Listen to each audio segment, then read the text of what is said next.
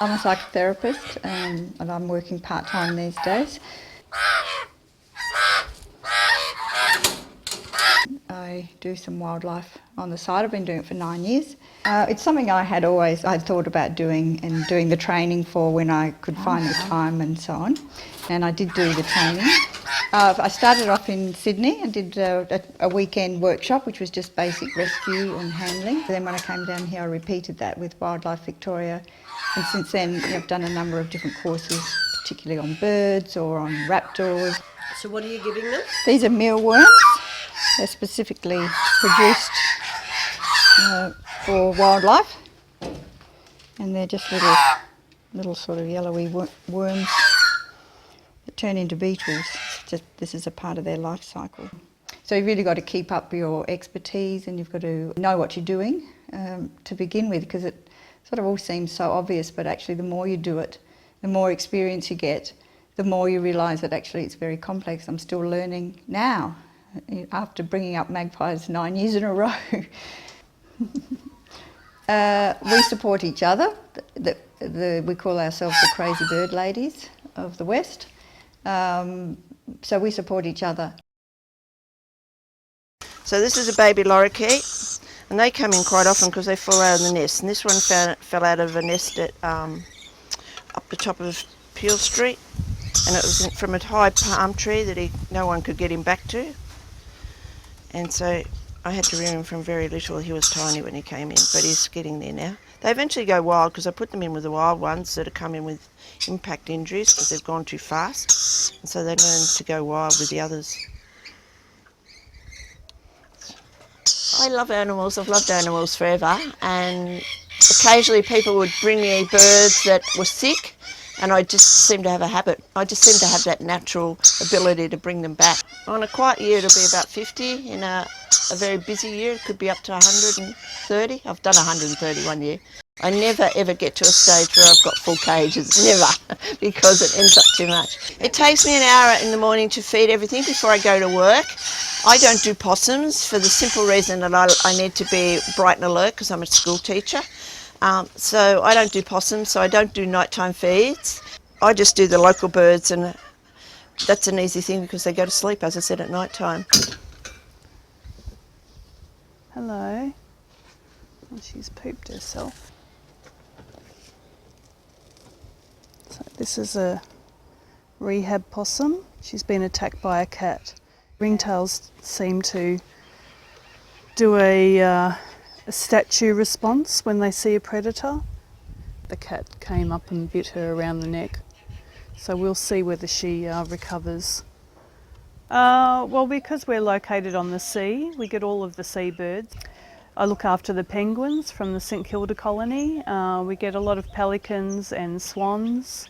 Every year down at Cherry Lake we usually have a botulism outbreak, so we get a lot of pelicans in there. We get a lot of the cormorants, fishing line often, and the swans have fishing line in their beaks. You know, we would have less if the fishermen were a little bit more responsible. We do have a lot of fishing line, a lot of entanglements. Oh, there's a definite need. Without carers in the area, the vets wouldn't have any other options other than to euthanise all the animals that came in. So he's been poisoned, this little pink-eared duck. Whether it's botulism, I'm not sure, but he faints all the time. But he's come 100% better than what he was. I don't want him to get out. He's a native bird. Sorry. And he wasn't eating at all, but now he's eating, and he faints like that. So he falls over. We do courses. We get trained in, I've had raptor training, penguin training, seal training, waterbird training, done bird courses with Anne Fowler, who's an expert in the field. So we do courses as well, but they're usually free through Wildlife Vic or other associations like Badger, which is another group. So we do courses so that we're up to date with the latest research, but there's no assistance for wildlife carers really. I'm about ready to retire. I'm a bit scared I won't be able to afford all this. Does it cost money to do this? It does cost. A packet of bugs costs $99 for that's per week, and Crickets, a bucket of crickets is 20.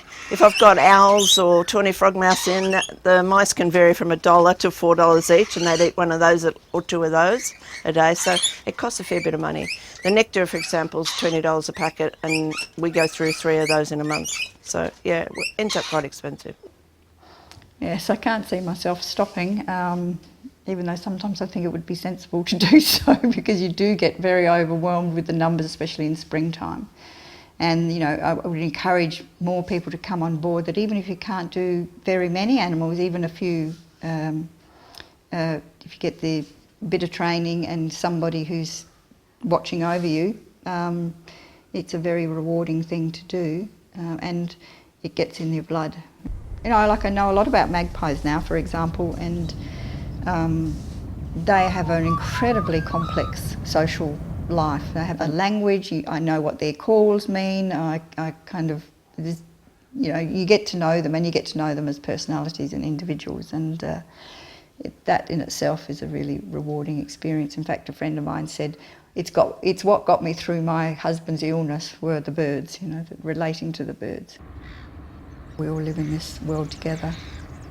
It's kind of important to relate with the urbanisation increasing, especially in Melbourne. I think it's important that people have some sense of a natural world around them, and you know, our wildlife is precious for that, because more and more people live in sterile environments. When I see a bird goes off and it's healthy again, I'm really passionate about that. We had this amazing tawny frogmouth. He was about this big, beautiful specimen, came from St Kilda Botanical Gardens and got caught in a cage. His wing was bruised, and not broken but bruised, and the feeling I had when he flew up to his tree branch, this beautiful, beautiful bird, flew up to his tree branch when we took him back to St Kilda Botanical Gardens, and then started preening himself like, I'm home, I'm good. It was such a nice feeling. It was really a nice feeling. So that's why I do it, I think.